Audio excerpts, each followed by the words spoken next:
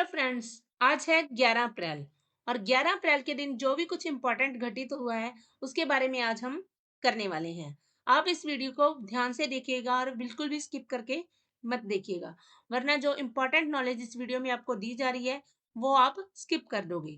तो चलिए देरी न करते हुए शुरू करते हैं हमारी आज की वीडियो। हमारा पहला क्वेश्चन है, हाल ही में 11 अप्रैल को कौन सा दिवस मनाया जाता है? शौर्य दिवस, रोमानी दिवस, मातृत्व दिवस या फिर इनमें से कोई नहीं। तो हमारा इसका सही उत्तर है राष्ट्रीय सुरक्षित मातृत्व दिवस। हमारा ऑप्शन नंबर 3 सही आंसर है। महिलाओं के मातृत्व संरक्षण के लिए यह दिवस मनाया जाता है।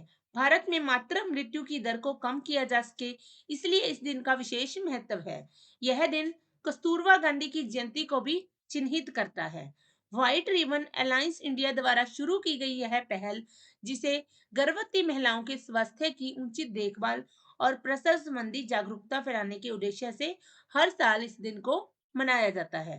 भारत सामाजिक दृष्टि से राष्ट्रीय सुरक्षित मातृत्व दिवस को घोषित करने वाला दुनिया का पहला देश है। हमारा अगला क्वेश्चन है, हाल ही में आयरलैंड के प्रधानमंत्री कौन बने हैं? हमारे ऑप्शंस हैं del इरेन, Simon Harris, मैकलेज, Mary Robins. तो हमारा सही उत्तर है साइमन हैरिस। 37 वर्ष की आयु में सबसे युवा साइमन हैरिस हैं जो आयरलैंड के प्रधानमंत्री बने हैं। इससे पहले आयरलैंड के प्रधानमंत्री लियो थे, लियो वराडकर। लियो वराडकर लियो वराडकर ने कुछ समय पहले इस्तीफा दे दिया था।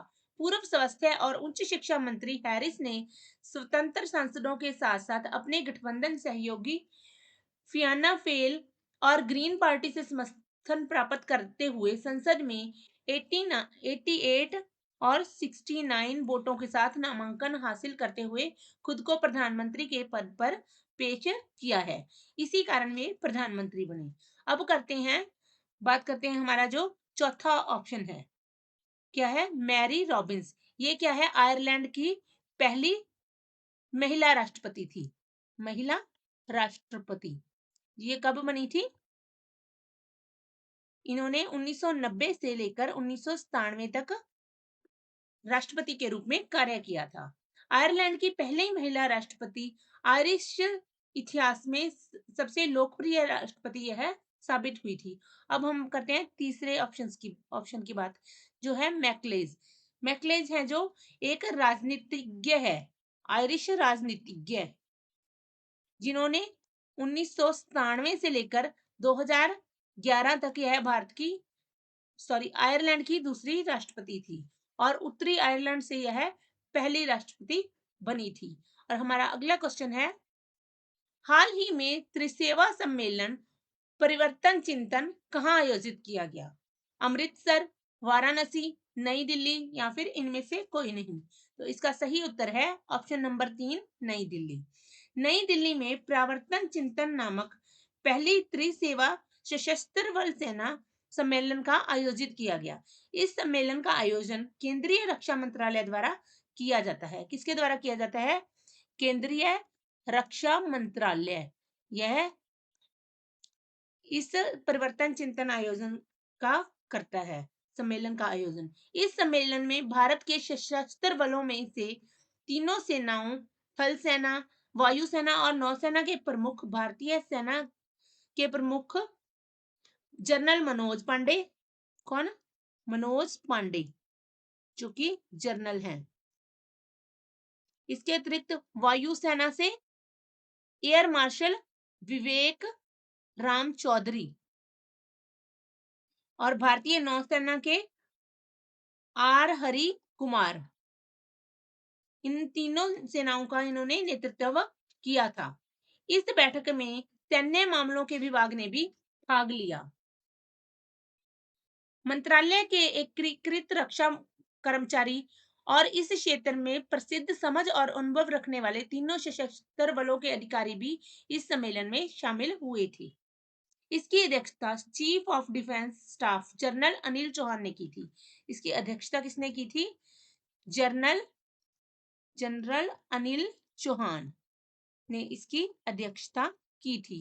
हमारा अगला क्वेश्चन है, निम्नलिखित में से किस देश ने हाल ही में पुरुष हांगकांग सेवन्स 2024 का खिताब जीता है?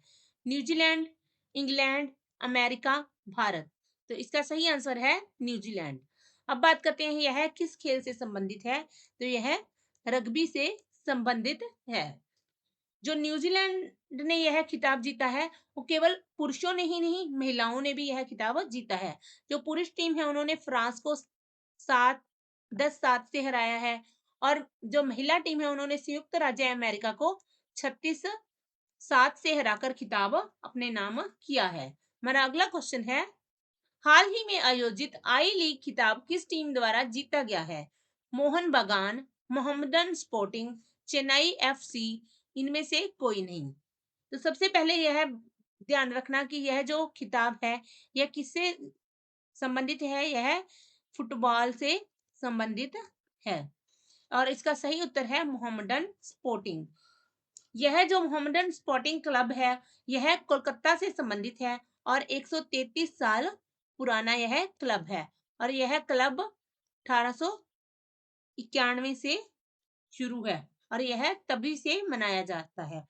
मोहम्मदन स्पोर्टिंग ने 6 अप्रैल 2024 को मेघालय के शिलांग के एसएसए ग्राउंड में शिलांग लाजोस क्लब को 2-1 से हराकर आई लीग प्रतियोगिता 2023-24 की ट्रॉफी अपने नाम कर ली है।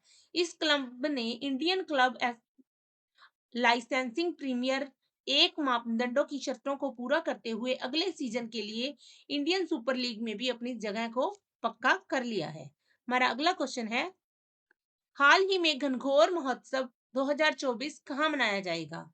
राजस्थान, गुजरात, आंध्र प्रदेश या फिर महाराष्ट्र। तो इसका सही उत्तर है ऑप्शन नंबर 1 राजस्थान। यह पूरे राजस्थान में मनाया जाने वाला त्योहार है जो कि शिव और देवी पार्वती के मिलन की स्मृति के रूप में मनाया जाता है। इसमें गण शब्द है जो वो शिव को संदर्भित करता है और जो गौर शब्द है वो गौरी से संबंधित है। यह राजस्थान के लोगों के लिए एक महत्वपूर्ण उत्सव है जो मनाया जाता है। बढ़ते हैं हम अपने अगले क्वेश्चन की ओर। हाल ही में किसने अपने लोगों का अनावरण किया है? गेल, बीएचईएल, सीसीएल या फिर टाटा।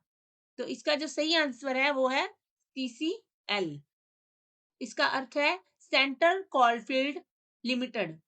इसने नया ब्रांड का लोगो है और टैगलाइन है जिसका अनावरण किया है। अब हम बात करते हैं जेल की। इसकी जो फुल फॉर्म है वो है gas authority of India limited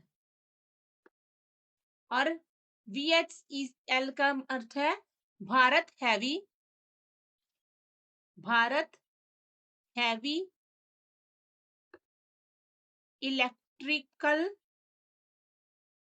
limited. हमारा अगला क्वेश्चन है, हाल ही में निम्न में से किस देश को 69वें संयुक्त राज्य अमेरिका अधिकार आयोग की अध्यक्षता के लिए चुना गया है? इसके ऑप्शंस देख लेते हैं, सऊदी अरब, अमेरिका, भारत या फिर सिंगापुर। तो इसका ऑप्शन 1 है जो राइट आंसर आ जाएगा, सऊदी अरब। सऊदी अरब को 2025 में 69वें राष्ट्रीय महिला अधिकार आयोग की अध्यक्षता के लिए चुना गया है। महिलाओं के अधिकारों का खराब रिकॉर्ड के कारण व्यापक आलोचना के बावजूद सऊदी अरब को महिलाओं की स्थिति पर संयुक्त राष्ट्र आयोग की अध्यक्षता के लिए चुना गया है।